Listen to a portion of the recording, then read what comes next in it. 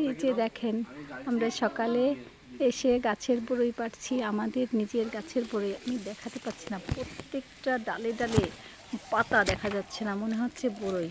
আর এত ছোট্ট গাছ যে গাছের নিচেই বসেও বড়ই ছিঁড়া যাবে। তো আর পাখিতে খেয়ে গেছে অনেক বড়ই। আর একটু নেট দিয়ে রেখেছিল আমাদের জন্য, যে আমরা বাড়ি ঢাকা থেকে আসব, আমরা এগুলা খাবো। তো এই জন্য তো আমরা অনেক বড়ই, দেখেন আমি হাত দিয়ে ছিঁড়েছি।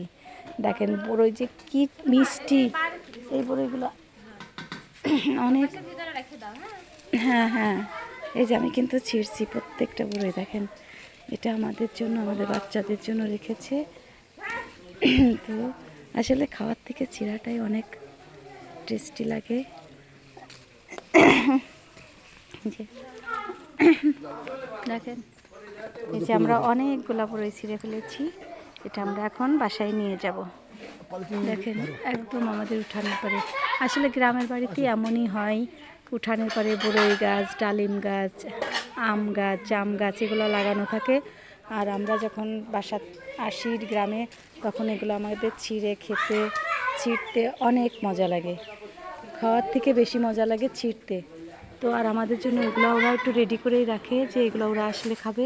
তো এই জন্য আসলে নিচের থেকে অনেক খাওয়া হয়ে গেছে। তো সবার কেমন লাগছে সবাই কমেন্ট করে জানাবেন আমাকে।